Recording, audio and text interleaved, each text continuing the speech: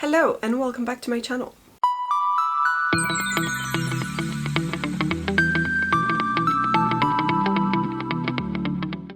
First of all, Merry Christmas, Happy New Year, all that jazz. I hope that you guys are having a good time and that you're able to enjoy the holidays despite everything that is happening in the world.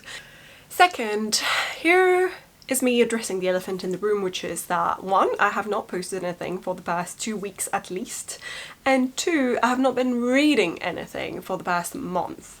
Yes, that's right, I haven't read a single thing in the month of December, and it is now the 30th as I am filming this. So unless I read one book right now and finish it tomorrow, I don't think I'm gonna have anything done and read in the month of December.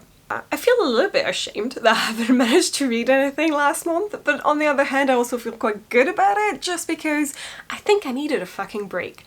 And I mean a break from my break, because I genuinely thought during the time that I was going to have off, I was going to be able to read so much and do so much and be able to be super productive and do everything that I wanted to do while I was not on holiday and was craving that time.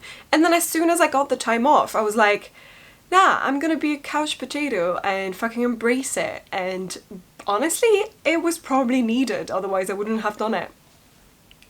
So I thought I would tell you guys what I have been doing instead of reading this month.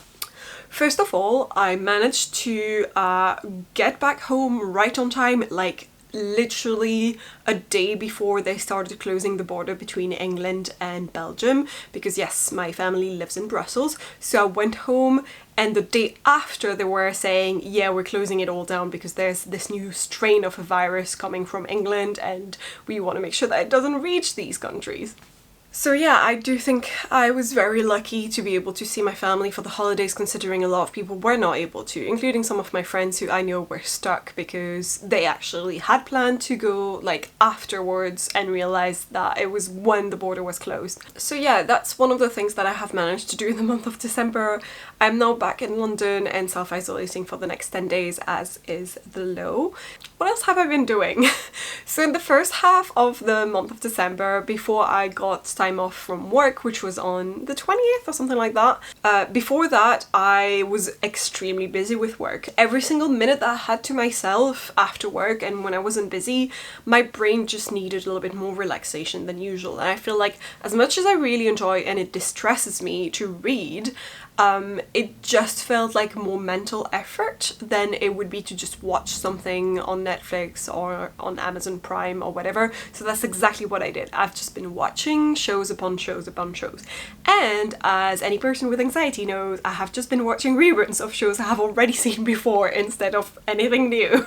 Because no surprises. It's just stuff I already know what's gonna happen. I already know what parts to skip if I don't like it and what parts to focus on if I really love it. And that's all I really wanted.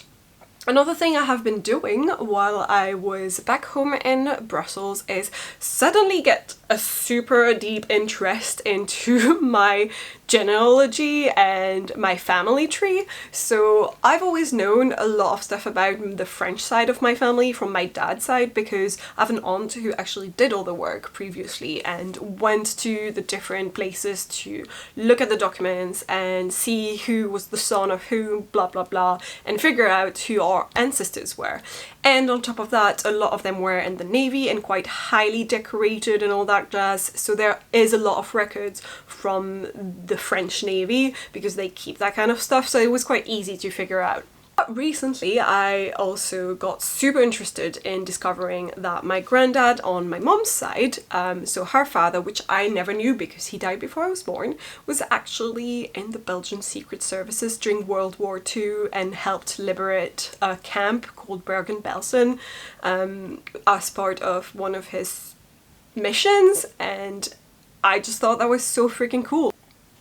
So yeah, that's been one of my little small passion projects on the side while I was home. It was just going through papers that I was given by different family members in order to figure out who were my ancestors. And then apart from making the Christmas tree at home, which was just, it's just something I love doing. Whenever I'm home, I just love having a beautiful Christmas tree. When I'm in London, I live in a small flat, so we have small decorations, which I can show you as well.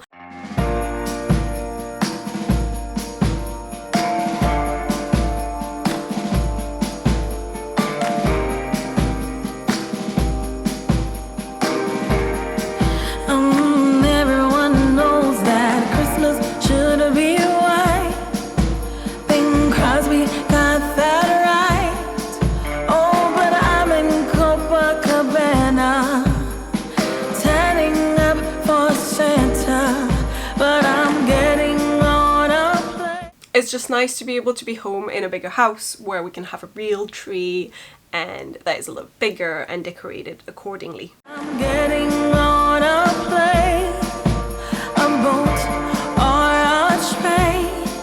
I'm setting a new course, bearing straight due north. Santa, hold on. Santa, hold on. I'm not gonna leave you hanging by yourself. Santa, hold on. Santa, hold on. I'm not gonna leave you alone with all them else. Hold on, Santa, I'm on my way. Let me tell you about old Saint Nick and me, as tight as can be. It's been that way forever. Guess we're shapes that go together. And then finally, another thing I have been doing is working on a novel. So I haven't really talked about it before on this channel, but I did intend on doing a video at some point about this. So basically, I love writing and it's something I've always wanted to do. And a lot of people, I think, in this community and in Booktube in general are often, because they're such passionate readers, they also are passionate writers and they'd like to do that one day, maybe as a living, maybe just as a hobby. I am no exception to the rule and I love writing, always have. During the pandemic, at the beginning of it, I actually finished my very first novel in English. I had already written one for one in French that I never quite completed because I never edited it. And the reason why is because I realized I didn't know how to edit it. Not just because it was my first time editing anything, but also because I just didn't truly believe in it. Whenever I had to reread it in order to edit it, I just felt myself dragging my feet and just didn't really want to do it, and I thought it was a painful process. When I started editing my second novel, the one in English that I wrote last year, I really enjoyed the process. I enjoyed rereading myself so much more and realized, that's because this story has more potential than the first one, and I believe in it more. Maybe, you know, the first one isn't completely dead, but I'll need probably more time and focus to get back to it one day and redo it in a different manner. And then recently I have been struggling with the last bits of it because I started reaching out to agents but haven't had any luck so far, and a lot of the problems that I see seem to point out at my beginning, which I think could use a little bit of work. So I've already figured out what I want to do. I've written down in a couple of bullet points what I want to get to in my beginning of my story in order to perhaps grab the attention a little bit more of the reader and hopefully get someone to want to be the agent for this story. But I haven't had the will and the energy and the mental capacity to do it so far. And I realized maybe it was because I had been so plunged into that story, I barely left any time between the time I finished writing it, the first draft, and the time I started editing it. And normally a lot of people will advise that you do leave quite a bit of time between the two, and potentially that you start writing something else so that your creativity still flows and you're like busy writing something else, you get the passion flowing again, but then you can at the same time edit the previous project.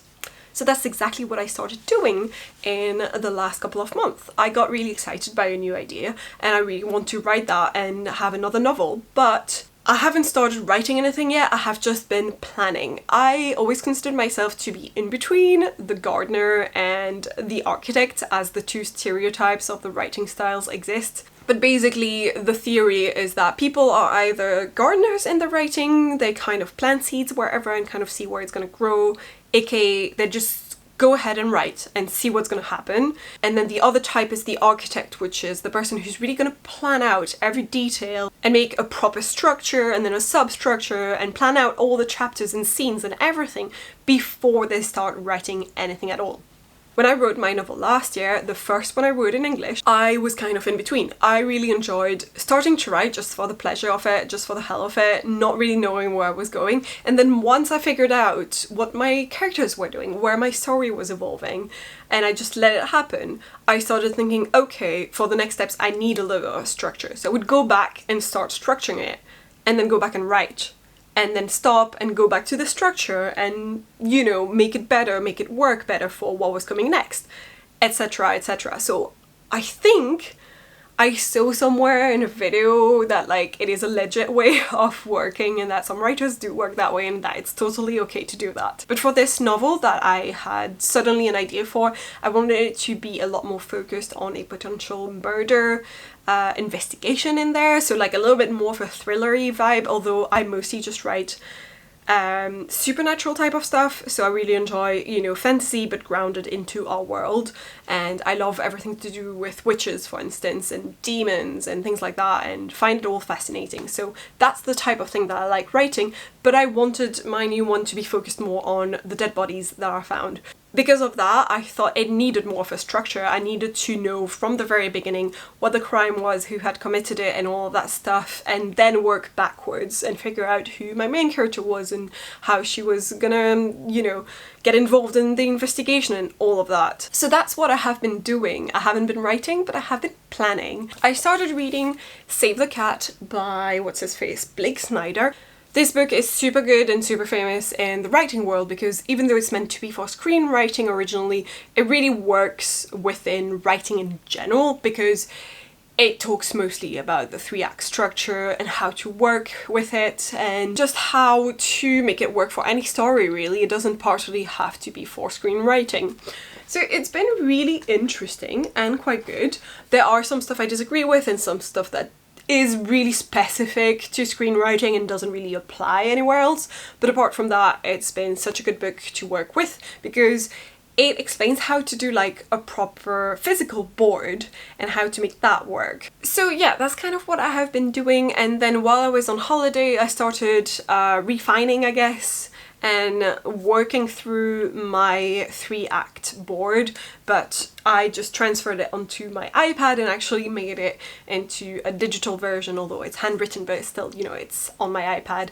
So I can continuously work on it regardless of where I am, rather than use the big bulky actual physical board stuff that I got originally. Although it's really cool because you can move things around. With Procreate, you can you just like circle around something and you can drag it and move it somewhere else as well. So that's what I have been doing.